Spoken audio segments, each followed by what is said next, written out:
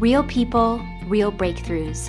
This is the Psychology of Eating podcast, where psychology and nutrition meet to uncover the true causes of our unwanted eating concerns. Your relationship with food will never be the same. Now, here's your host, eating psychology expert, and founder of the Institute for the Psychology of Eating, Marc David. Welcome, everybody. I'm Marc David, founder of the Institute for the Psychology of Eating, and here we are in the Psychology of Eating podcast.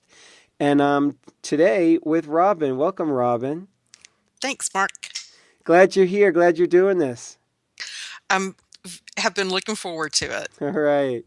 So let me explain to listeners and viewers who are tuning in for the first time. So in the Psychology of Eating podcast, what we do is Robin and I are going to spend a total of about an hour together today. And we're going to take about 6 months to a year's worth of coaching and try to condense it down into one sort of beefy session where we hopefully hit the target and help kind of propel you on your journey with food and body, wherever you want to go, whatever you want to work with.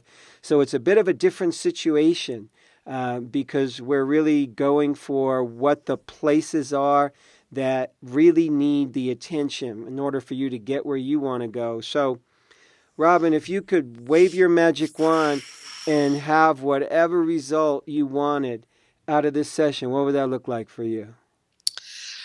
Gosh, I think to have a clear path and clear steps that I could sort of take one at a time to get to where I want to be with, specifically with my weight, but just generally overall with my health. So where are you at with your weight and where do you want to be? I'm about 245 right now. I'm 5'5", and I'd like to be at 150, which is the top end of a normal BMI for my height. Mm-hmm. I'm 55 years old and have been overweight for about 30 years. And so I'm getting to the point where the health issues are creeping up more and more as I get older. And so I really want to try to address the weight and resolve those health issues before they become major. Okay, that makes total sense. So you started gaining the weight when you were 25. When did you start dieting? When I was 13. Oh, wow. Okay. And you started dieting when you were 13. Were you overweight? Did you have weight to lose back then? You know, at that time, I probably was maybe 10 to 20 pounds overweight. And as a young teenager, that felt like a lot compared to my friends. So I certainly felt like I was overweight, even though I would be more than happy to get anywhere close to that weight now. Mm-hmm. So during this last kind of 30 or so years when you've gained the weight, it sounds like you've gained a bunch of weight. What, in your mind, what do you attribute that to? Why do you think the weight came on? Well, certainly poor eating habits, overeating, lots of simple carbohydrates. I eat out a lot, and stress. Mm-hmm. What kind of stress? I have 2 teenage sons that my partner and I adopted from foster care 11 years ago. They have a lot of special needs and they have been very challenging to raise. They're now 16 and 17. Mm-hmm. And as I often say, they're very good at being 16 and 17. In addition to that, my partner and I also own a pediatric clinic that I manage. So we have about 40 employees. And so it feels like I've got 42 kids instead of 40. Got it. So you're a busy lady. Yes. Okay. So in this last many years that you've been dieting since the big weight gain came on, have there been times when you've lost a lot of weight? You know, really, no. I think the most that I've ever lost at any one time has been maybe 25 pounds. The weight has gone up. I mean, over the course of 30 years, the weight has really been kind of gradual. It's not like over the course of 2 months I gained 50 pounds and then, stopped gaining weight. It's been a little bit, pretty much steady weight gain of about 100 pounds over the last 30 years. Got it. And what's your diet like these days? In 2 minutes or less, what might it look like typically? Um, Again, still lots of simple carbohydrates, protein, fat, not a lot of vegetables, and not a lot of fruit, unless I'm making a really conscious effort to Mm-hmm. eat those things. So, have you ever spent a period of time trying to eat quote unquote healthy? Sure, plenty of Yeah. times. And what happens for you? Um, Generally, depending on how close attention I'm paying to what I eat, I will lose weight. I just don't sustain it for very long. Uh-huh. What happens? I revert back to my preferred way of eating, which is eating out a lot, eating a lot of burgers and fries and pizza and, all the things that I know better than to eat on a regular basis. Got it. So you get pulled back into the old eating patterns, is what it sounds like. Yes, I eat Okay. like a 15-year-old. Got it. Understood. So, are there times when you feel like, wow, I'm really able to do this and I'm able to eat healthier and not like a 15-year-old? When those times happen, do you find that you're efforting? Does it come easy? It does not come easy. I mean, Mm-hmm. it requires conscious effort to do Mm-hmm. that. I don't dislike it. I mean, when I do it, I enjoy the healthier foods, and when I cook at home, I cook I it's a lot healthier than when I eat out.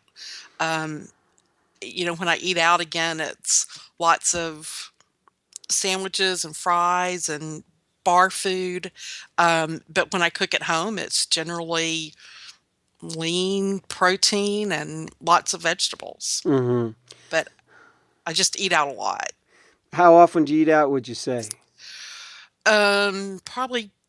Probably twice a day, sometimes 3 times a day. Got it. So you're sort of busy working, you're managing the clinic, and then you just kind of eat out and Yes. get your food that way. Got it. So you do that socially, you're going out with people? Yes, sometimes. Uh-huh. So how is your husband when it comes to supporting you around how you eat and quality of food? Well, it's a my partner, so Okay, she, got it. um, she will pretty much go along with anything that I want to do. She is also in the obese to morbidly obese category, so she needs to lose weight as much as I do. Um, and if I say we're gonna eat at home more and eat healthier, she's fine. She's more than willing to go along with it. Got it, got it, got it. But you still have to, sounds like you're the one that's leading the charge. Yes, Okay. yes. Okay. And are your parents still alive? My mother is. Uh-huh. My father passed away when I was 25. Wow. Wow, I right think when there's a connection. were you guys close? Um, we were not close. I mean, we got along just fine, but I would not describe our relationship as close. Mm-hmm. What was the challenge? Um, you know what? I honestly, I don't know. I think that, um, I think in a lot of ways we just didn't know how to relate to each other. Um, I'm not really sure. Mm-hmm.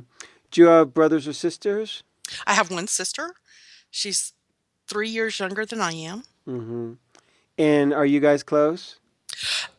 Interestingly enough, we have gotten a lot closer within the past year. She just recently moved to Atlanta, and Mm-hmm. so we have been spending a lot of time together within the last year that we have not pretty much in our entire adult life. Mm-hmm.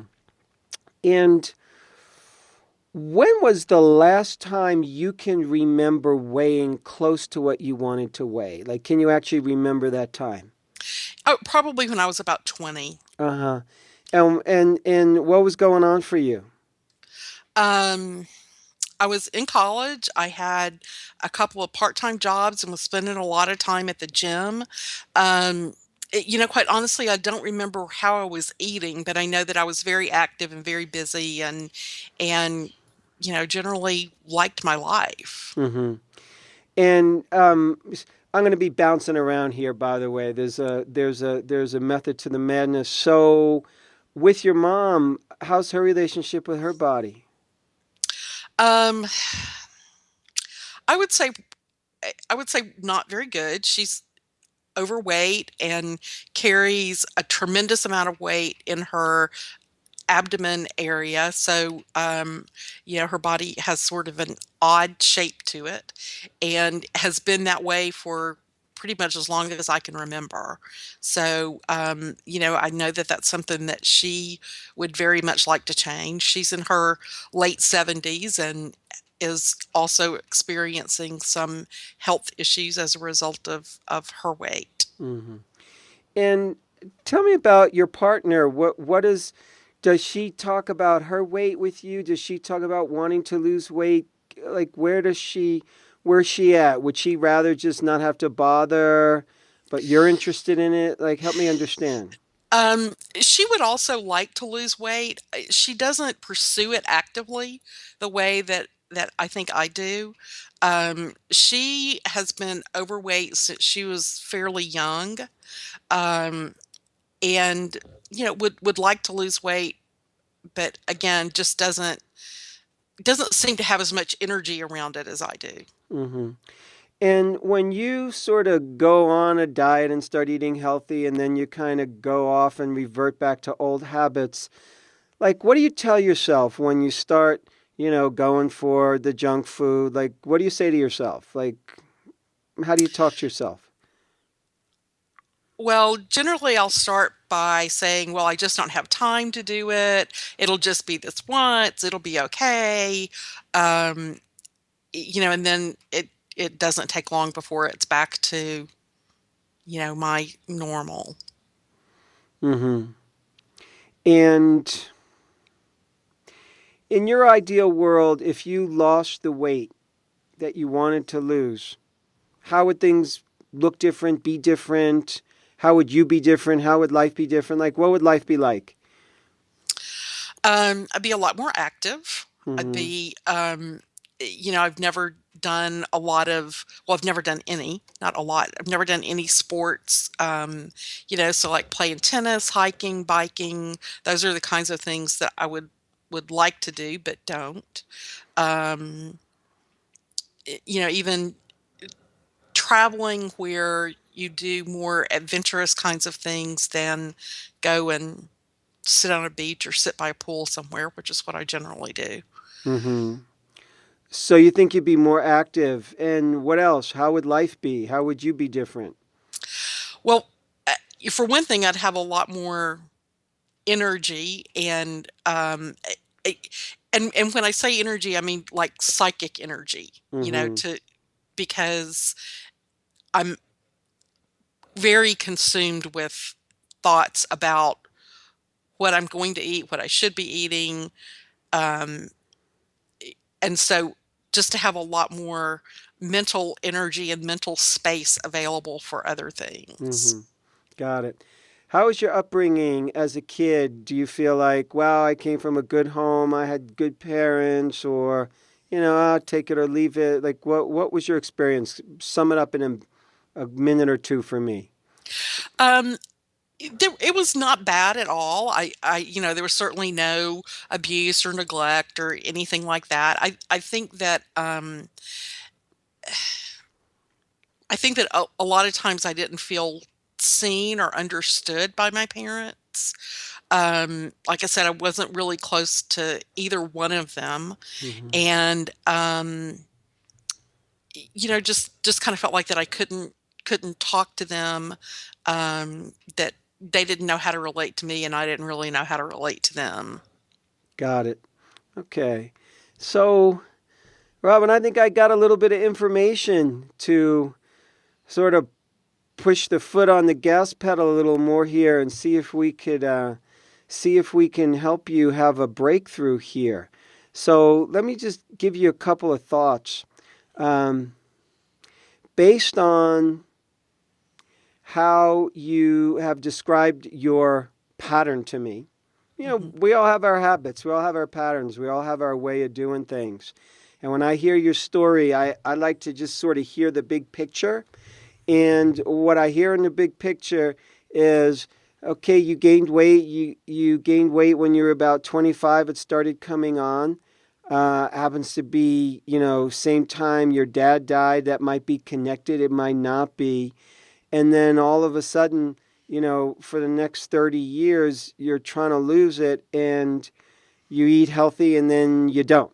And you revert back to old habits. So you kind of know sort of what goes on for you. You started and you start a certain way of eating, but you can't sustain it. And, I want to say that a big piece of that is, we get hooked. We get hooked on certain foods. Our taste buds get hooked. Our tongue gets hooked.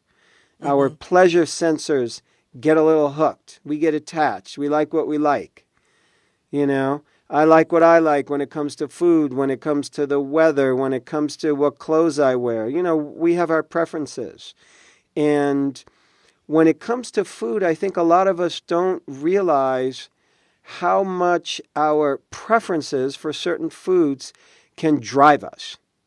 So in other words, those preferences are driving us as opposed to us driving it. And, you've said a number of times in different ways, one of the reasons why you want to lose weight is like, hey, I'm gaining this weight. And all of a sudden, I gain this weight. It's kind of a health issue now. Right. As we get older, there's less room for error. And so you're realizing, wow, I've got less room for error now. But here's an interesting thing. To me, is that you've been trying to lose weight for a long time, and I don't know if this is true for you, but my guess is that 15 years ago you weren't thinking, oh my God, this is a health issue. That's true. So the health issue thing is sort of, in a way, another, I'll call it motivation to want to go lose weight. Yes. But how do I say this? There's a part of me that almost wants to take that off the table. And I'm going to tell you why. Because I see this happen a lot. I see it happen where people, for a long time, they're trying to lose weight. And then they reach a certain point and they say, well, it's a health issue now. And it's true, it is for them. And it's true they've been trying to lose weight. But it only becomes a health issue when, in a weird way, it's more justifiable to say it. It's just more like, oh, I want to do this because it's a health issue and it sounds good, and I believe you, but I don't know that it motivates you anymore, because if it really did, if it was really motivating for you and really inspiring for you, you would kind of do it. So there's a place where, even though in the past you might have said, well, I want to lose weight because I'm going to look better. I want to lose weight because I'm going to have more energy. I want to lose weight because I'm going to feel better, or I'm going to take up sports. That's a little more sexy. It's less about like, oh my God, this could kill me. So previously it wasn't enough to motivate you. Now it's still not enough. The health piece still isn't enough.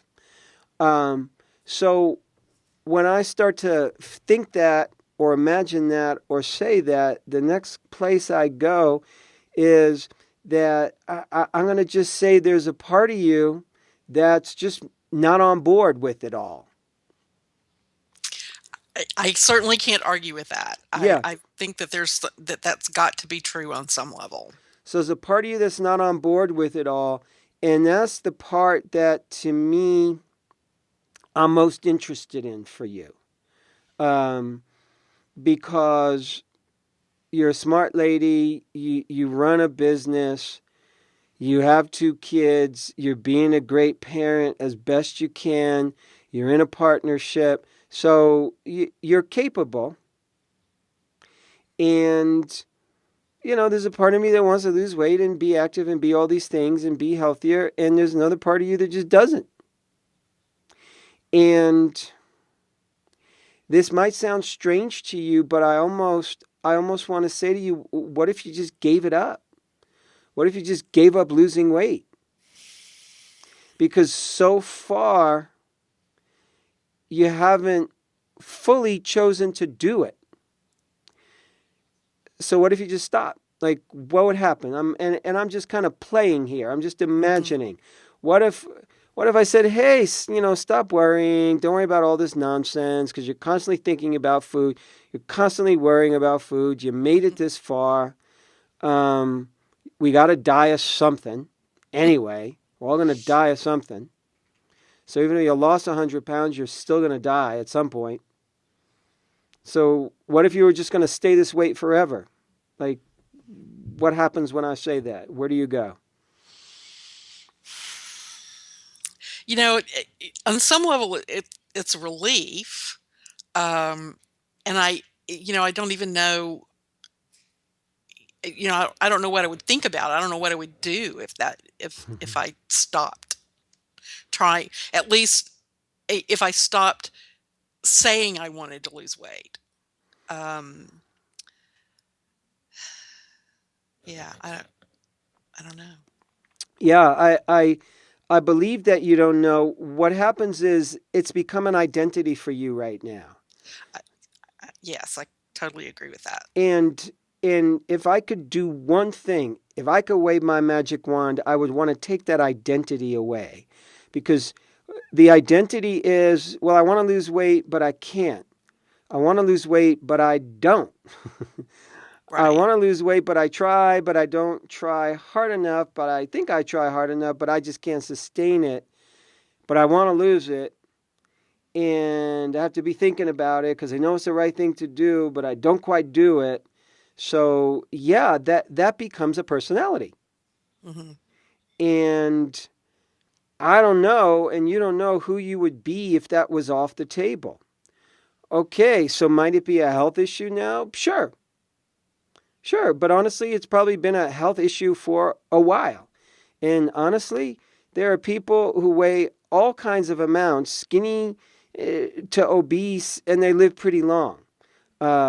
So we don't even know. We don't even know how long you're going to live or anybody else is going to live. You could live to be 100 at this weight and not have any bad health issues that stop you, or it could stop you. It's a mystery. But here's the thing. I'm very aware of the kid in you. When you say it's kind of like, I forget what age you said, it's kind of like the 15-year-old in you. Yeah. So that's who I feel like I'm talking to in part, is like that 15-year-old kid who's kind of, got all kinds of time and, hey, I can't do it. And let me just eat the junk food because it's fun being 15 years old. And it's probably your go-to place where you feel a little comfortable and you feel good, but you stop yourself from maturing like a fine wine. So what I'm saying is, I get that you have a responsible side of you. I know that. But it's almost as if there's no middle ground for you. You're either being this responsible person, or when it comes to food, you act out this kind of irresponsible person for yourself. Yes, that's true. So everything else, for the most part, I'm good, I'm responsible, but here's this place where I just need to be irresponsible and just let it all go.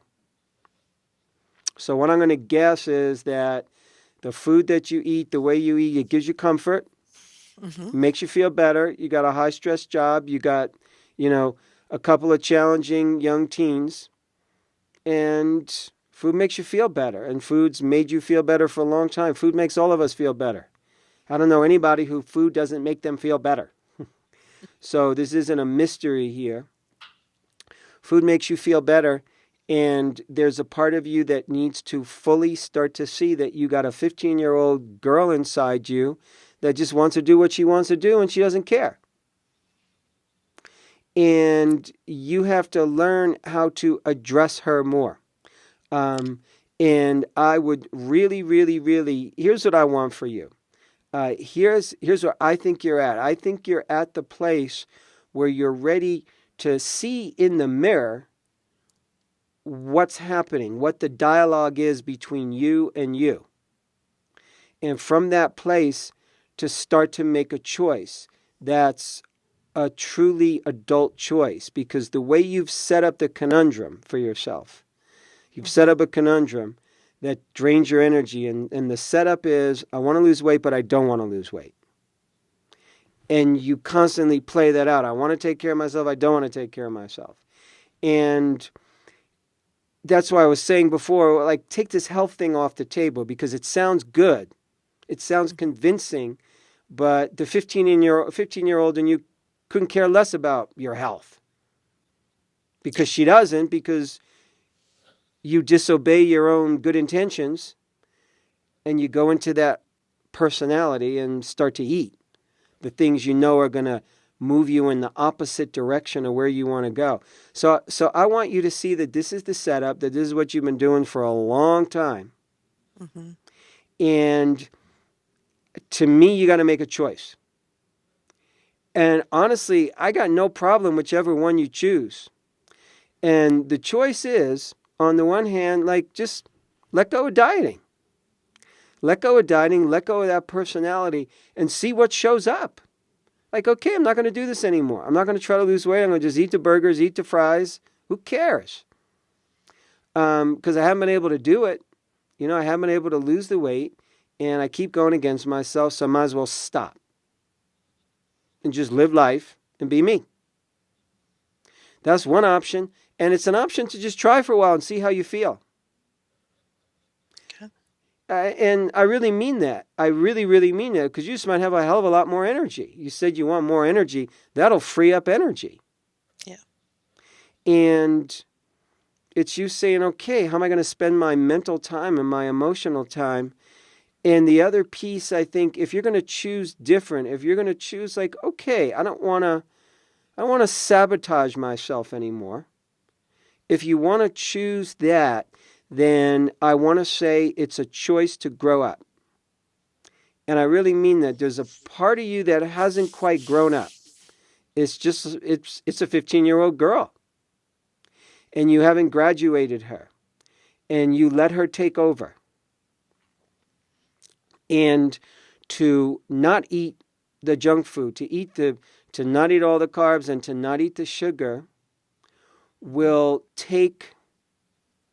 it takes effort, but it takes a choice to become a different person. And I don't hear you ready to make that choice. In fact, I hear you resisting that choice. So, like I really hear you resisting the choice. And if I hear you resisting the choice, part of me goes, well, just resist it then and don't even do it. And just take the whole conundrum off of the table so you're not fighting yourself. When you said the weight started coming on when you were 25, that's the time that your dad died. Oftentimes when a parent dies, it shows us where we are in relation to them. And my sense is, when I asked you, how was your relationship with your dad? You say he didn't really get you. He didn't understand you. If one of our primary parents doesn't see us, doesn't get us, doesn't understand us, we're going to feel unseen. Mm-hmm. And when we feel unseen, a part of us stays smaller. A part of us stays less mature. A part of us stays younger. A part of us will kind of stay there waiting for the thing that we needed.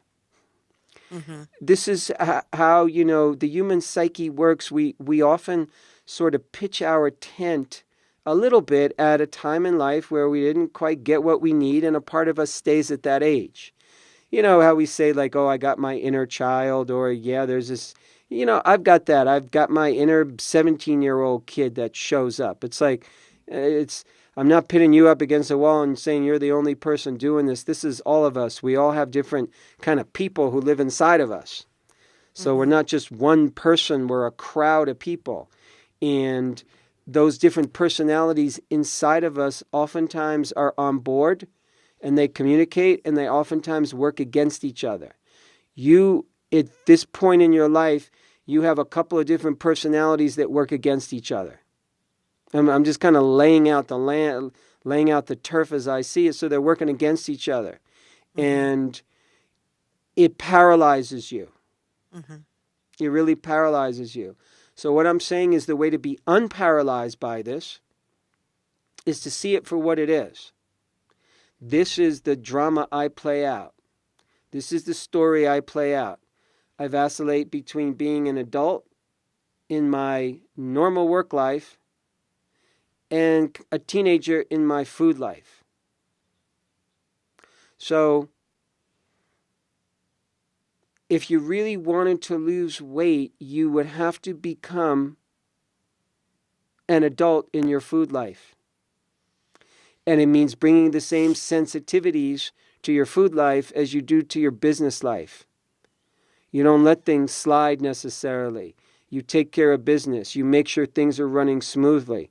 Things are supposed to work a certain way. You got to make sure they do that. It ain't always easy. You make sacrifices. There's things you do in your business you don't like to do.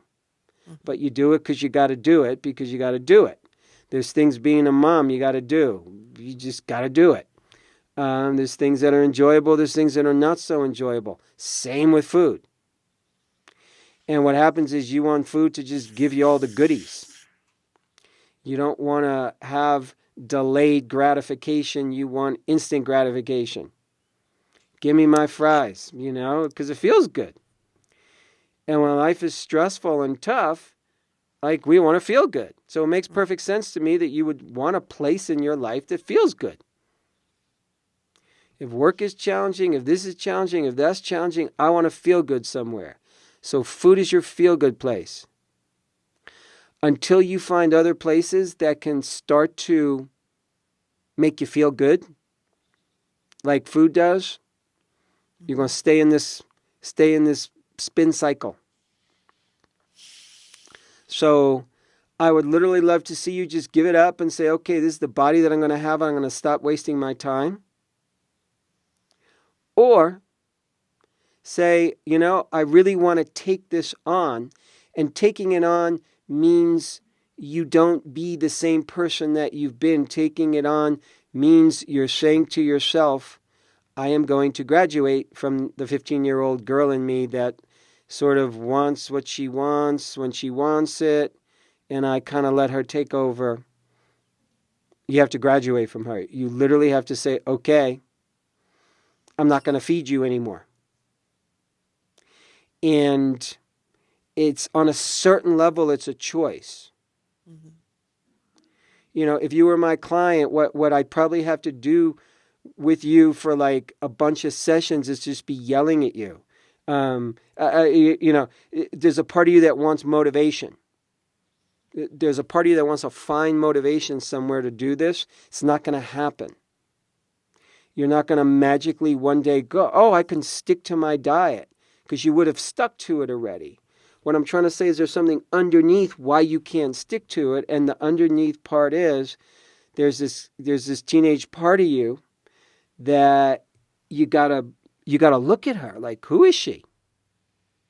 What does she want? Who is she anyway? Let me ask you that question. If you could describe that 15-year-old girl in you, who is she? I never felt like I belonged the way that I wanted to. I had friends, but just didn't necessarily feel like I fit in. Never felt like I didn't do as well in school as my parents thought I should, specifically that my mother thought I should. Didn't do sports, I didn't really have anything that I excelled at. And always felt like I should have been better. Mm-hmm. I get it. Yeah. So I didn't really fit in. Wasn't like the other kids. I didn't have anything I truly excelled at. Might not have made your mom so happy, but this feeling like I'm an outsider. Yes. Okay. So that makes total sense. Being young, 12, 13, 14, 15, it's a very powerful transition time.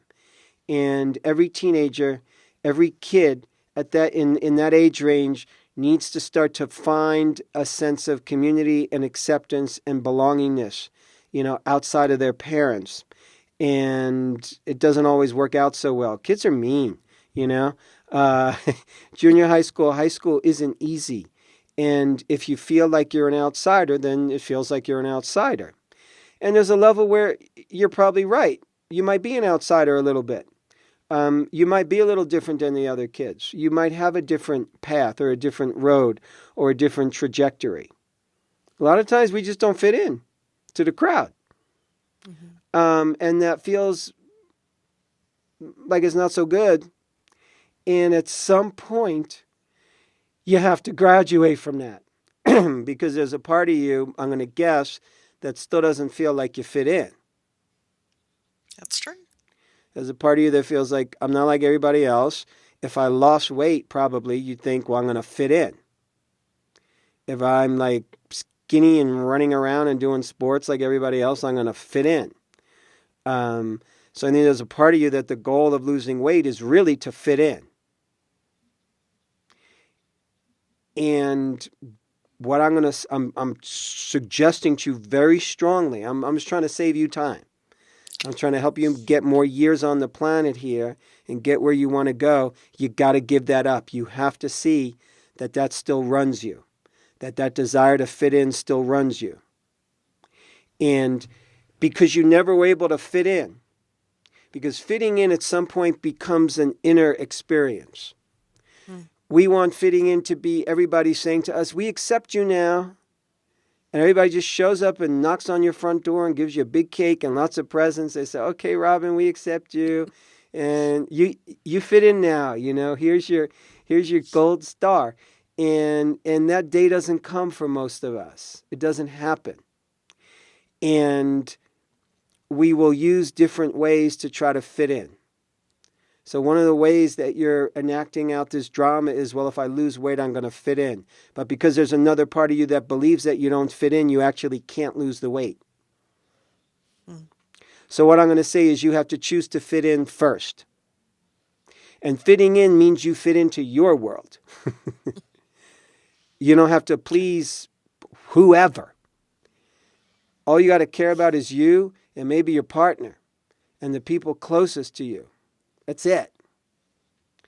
So you have to say to yourself, done with this whole nonsense about not fitting in anymore. That's good for a 12-year-old or a 15-year-old. It's not good for a 55-year-old.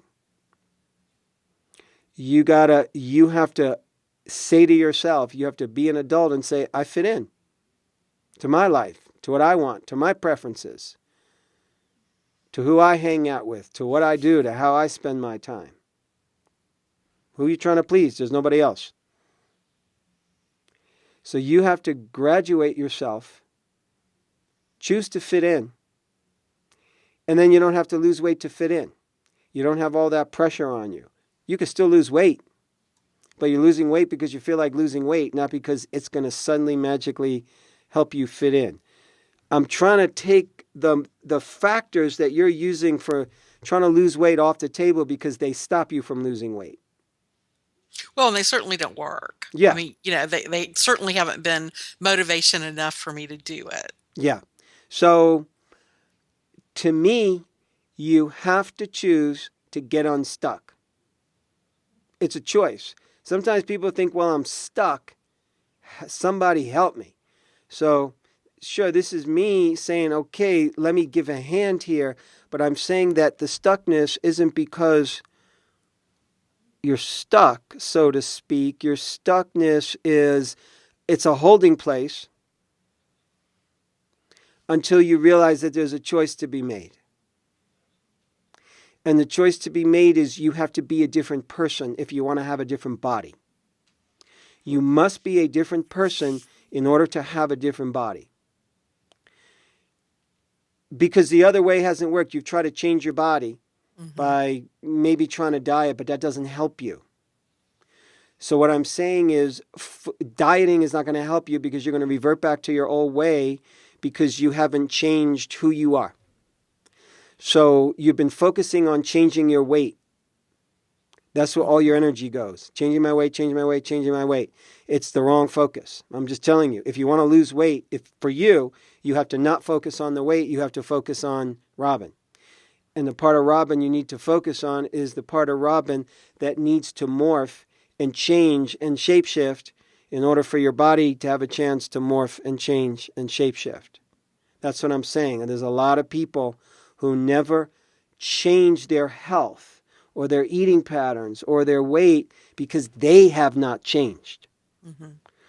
Yeah, sometimes it's changing the food. And you could easily have come to me and said, oh, wow, Mark, thanks for letting me know. I just need to eat healthier foods. And then I tell you to eat healthy foods and you eat healthy foods and you lose all the weight. Yeah, there's people that happens to, but that ain't you. No. Everybody's got a different path. So for your unique path, you have to look in the mirror and see where you need to grow up. I mean it. And I say that affectionately because we all got a kid in us and your kid is really getting in the way. And you have to realize, okay, I'm either going to live with this kid and let her run the food show and give up this weight loss thing and just live my life. Or I'm going to choose to lose weight from the place of being an adult who wants to change my body so I could be healthier. But changing your body is not going to make you fit in. No one's going to care that much. It might be people say, oh, wow, you look so great. But I don't know that anyone is going to say, we now love you and accept you. You got to do that. You have to love yourself and accept yourself. I don't know if you've done that in your adult life. No. So if you could do that first, the whole weight loss drama will start to have perspective. You can't put the cart before the horse anymore. It doesn't work for you. And honestly, if you continued in this pattern, it would just happen for the rest of your life. And it's not a weight thing. It's not about weight. It's not like you're going to get to your deathbed and you're going to go, thank God I lost all that weight. You know, no one's going to care at that point. Mm-hmm. You know, when you're like living out the final years of your life, it doesn't matter what you weigh. It doesn't matter what you look like. We're going to be old and wrinkly. You know what I'm saying? You have to make a choice about who you are and how you want to be in the world. So what I'm saying is, if you truly want to lose weight, you personally need to ask yourself, how do I need to change as a person? And what I'm suggesting again is that there's this place inside you where you haven't fully chosen to be your own parent, to parent yourself, to adult yourself when it comes to food and body. So how does that land for you when I say that? Like what's going on for you? You know, when you first started talking about the 15-year-old needing to grow up, you know, it was almost like I could hear, but I don't want to. You know, and if I like, and so she was saying, well, then how do I ever get seen? How do I ever get what I need in order to do that? Mm-hmm. And then I think the other part about fitting in and deciding that I fit in just the way that I am is also extremely valid. I think the part that I'm struggling with a little bit is, okay, I need the 10 steps. You know, I need the workbook to fill out. I need, you know, I don't know a process. Yeah. To get from here to there. I get that. Yeah. So in reality, you need some ongoing support. You need some ongoing coaching. That's ideal for you. Because you do need you do need some guidance here. You can't do this alone. This is why God made other people. We need each other, you know. At the very least, I wanted to give you a map of the territory, because what you just raised is so important.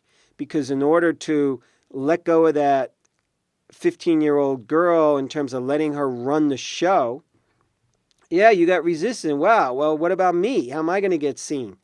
And that's a legitimate question. And she has to get her needs met in some way, shape, or form, and she has to get seen in order for her to cooperate and for you to start to shift this thing around.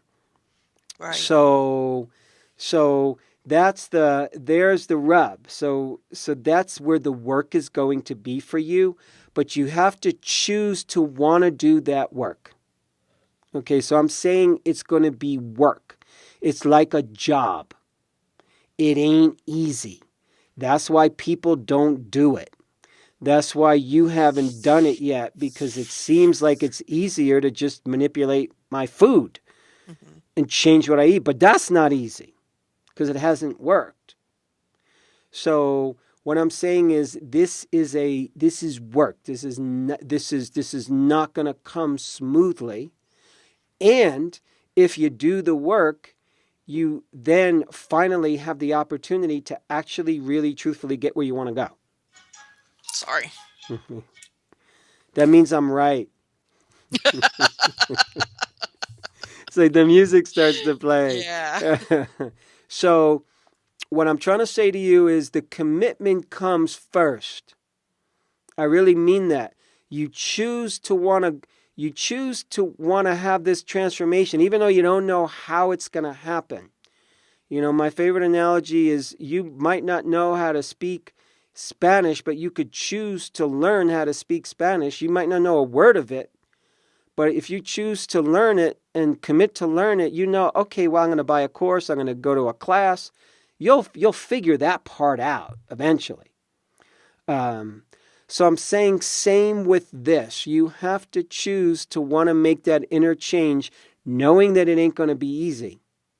And knowing that you're just going to have to look at different parts of yourself and see how you operate. So that probably comes more in the realm of getting some good counseling. And there's a great kind of work called voice dialogue. Okay. And I would love for you to get online at some point and Google voice dialogue Atlanta, you know, and see who pops up, because it's a kind of counseling or coaching that helps us work with the different voices inside of us. Gestalt work does a similar thing. But that would be a great way for you to take some next steps, because I really get that you need help with this. And you need some guidance, but I want you to see first and foremost here that it's the adult in you that chooses to find the guidance. Because right now, even talking about this, like, you're a little vulnerable, which is really sweet. I mean, that's really, really sweet. And you get that you need help, and that's great. Because we do need help, you know. We need help in all kinds of different areas at different times in our life. So I guess what I want to ask you is, like, does this land for you? Does this make sense? Does this feel like in any way intuitively correct for you, the things that I'm sharing? It absolutely does. And, you know, kind of consciously or intellectually, it makes sense. But, you know, just because I can kind of get this emotional, visceral reaction to it as well, where, you know, like I said, the 15-year-old wants to know how this is going to take care of her. Got it. Yeah. So I totally understand. So I want you to look up voice dialogue in your area, see if there's any counselor doing voice dialogue or Gestalt work. That's a great place to start, because it's a method, it's a system that helps you get in touch with these voices really clearly, and it's a sort of methodology to kind of work with that, which is really just learning how to manage the different parts of us. because that's so much of what this is all about. You and I have different forces that operate in us, and there's different voices and different personalities and different wants and different likes and different dislikes. And when they work together, life is good. When those voices are working against each other, which is happening for you, then it feels like, what's going on? How come I can't succeed? How come I can't get where I want to go? So that's what's happening for you, in my estimation. And I'd love to see you start to play more in that realm. In the meantime, until that happens, there is something that you can do, which is I want you to start to affirm from this day forward, and I want you to talk to your partner about this. I want you guys to dialogue about it and talk about it with each other, that we're not outliers anymore. We're in the in circle. We accept each other. There's nothing else we have to do to be part of the crowd. You make up your own crowd. Your workplace is your crowd. Your little nuclear family system, that's your crowd. Your closest friends, that's your crowd. If they don't accept you, get rid of them. You're not 15 in high school anymore, and you have to go to high school. You could do what you can hang out with whoever you want. You don't have to see people that don't love you and don't accept you for who you are. So I want you to start to try on what it would mean for you to stop trying to feel like your day hasn't come yet, to be part of the crowd. It'll make the whole weight piece feel way more manageable. It'll take some of the charge off, because all of a sudden it's not going to be about pleasing all these other unnamed people. That makes sense. So, Robin, those are my suggestions. I hope this was helpful for you.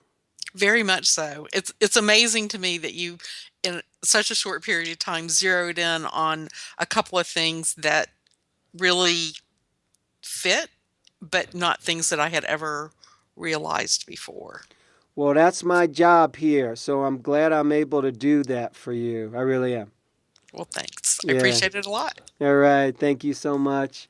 All right. And thanks, everybody, for tuning in. I'm Marc David. On behalf of the Psychology of Eating podcast, there's lots more to come, my friends. Take care. I hope this was helpful. Thanks for listening to the Psychology of Eating podcast. To learn more about the breakthrough body of work we teach here at the Institute for the Psychology of Eating, please sign up for our free video series at ipe.tips. That's I for Institute, P for Psychology, E for Eating.tips, TIPS. You'll learn about the cutting-edge principles of dynamic eating psychology and mind-body nutrition that have helped millions of people forever transform their relationship with food, body, and health.